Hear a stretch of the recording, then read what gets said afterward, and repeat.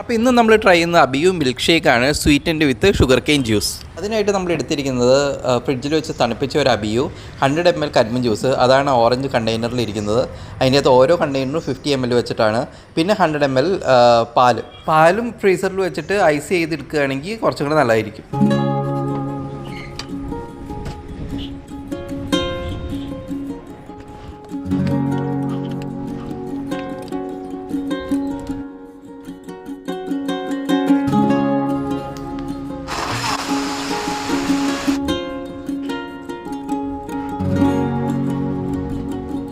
അപ്പോൾ ഈ 100% natural sugar പോലും ഉപയോഗിക്കാത്ത മിൽക്ക് ഷേക്ക് എങ്ങനെയുണ്ടെന്ന് നോക്കാം.